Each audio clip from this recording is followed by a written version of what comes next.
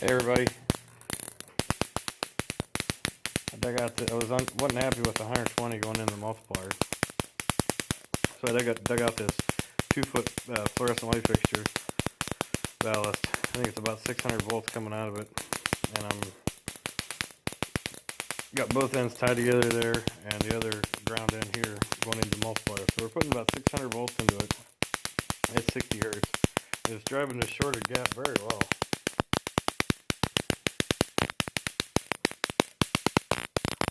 Very well. Same as before, condenser across it, reactance in series. These two ignition coils are inversely connected on their primaries. They got positive, negative here, and a flip-flop, negative, positive here, which causes them both to oscillate, or to fire at a much higher difference of potential, because one's really high and the other one's assumedly a lot lower. When none of the rest of this is hooked up here, I can get 3 or 4 inch really bright white arcs from the two of these secondaries together. You can tell there's a lot of current there. So anyway, coming out of I'll show you a schematic in a second. Coming out of the secondaries here, we've got a spark gap which is shorting the secondaries, just like how this one was shorting the primary. On the other side, also in parallel, are the two hairpin condensers connected in series here. The spark gap is essentially shorting the circuit right here in between these and these.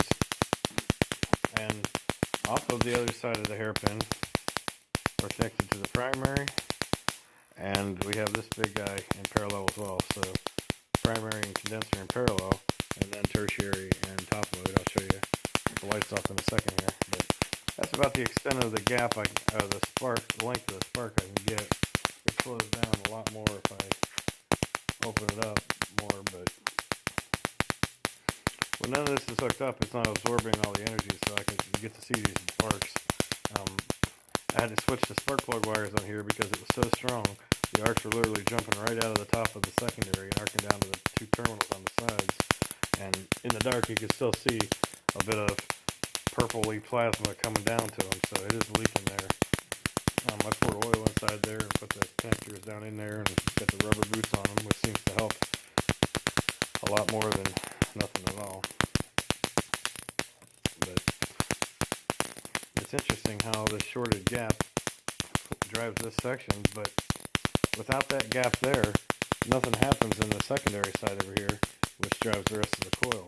Only when I'm shorting these two secondaries, or the condensers on this side, whichever it is that's affecting it, do we get energy pulsing through the rest of the circuit. So let me hit the lights here and I'll show you the plasma. Okay, here we go. Let me find it.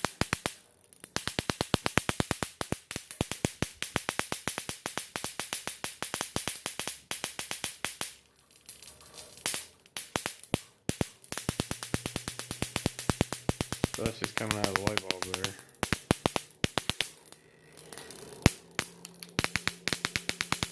The one in the background flickers a little bit. You can't really see it so well when the lights are off. Get a little bit of purple plasma on the rings of the jars and so forth. That ballast is getting really hot too, by the way. It's showing it's drawing about 40 watts.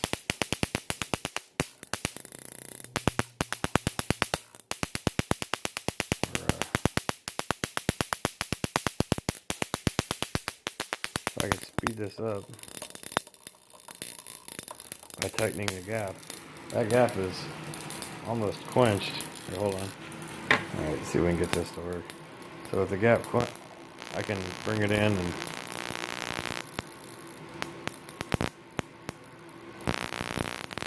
just fire like that. Gives us much more constant plasma in the bulb. Or I could bring this all out a lot farther and cause it to fire a lot less frequently, in which case we get a lot higher voltage buildup coming out of the secondaries.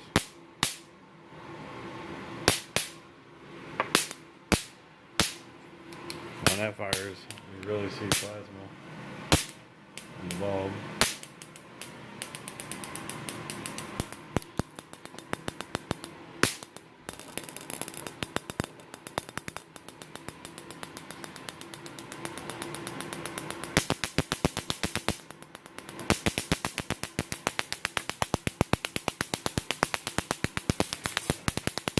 So only shown about just a tiny quarter of an amp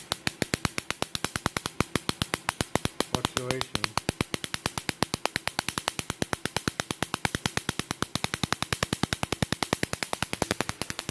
Not very much at all. Coming out of the multiplier, that is. But it's interesting how the ozone buildup, carbon, whatnot on the two terminals here that are shorted actually allows it to oscillate without quenching or causing too much resistance in that gap. It behaves like it's almost more of a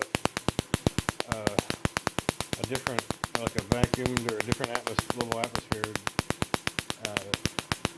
environment where the arcs are able to jump across in a near consistent manner.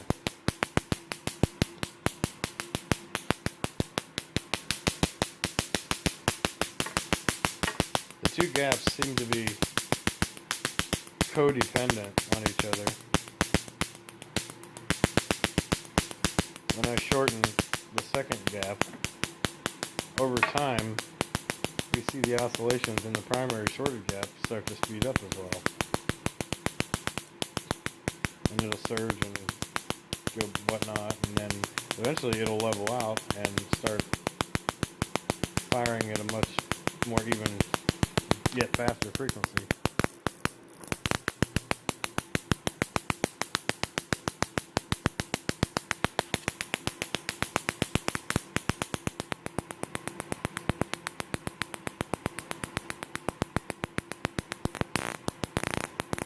There's the surging going on. Got some backfiring going on here.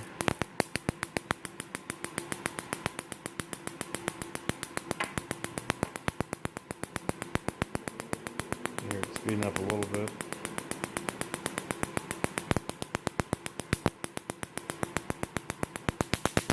Now I'll bring this one out.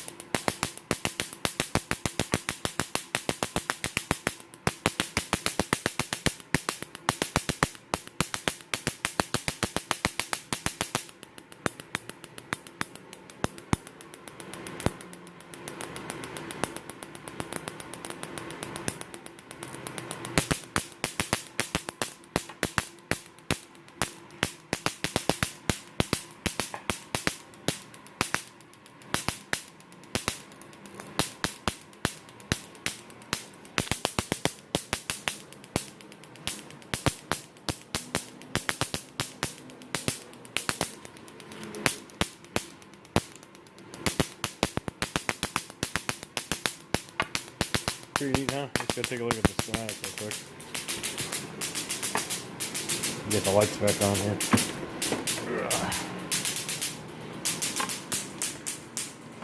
That's what we got.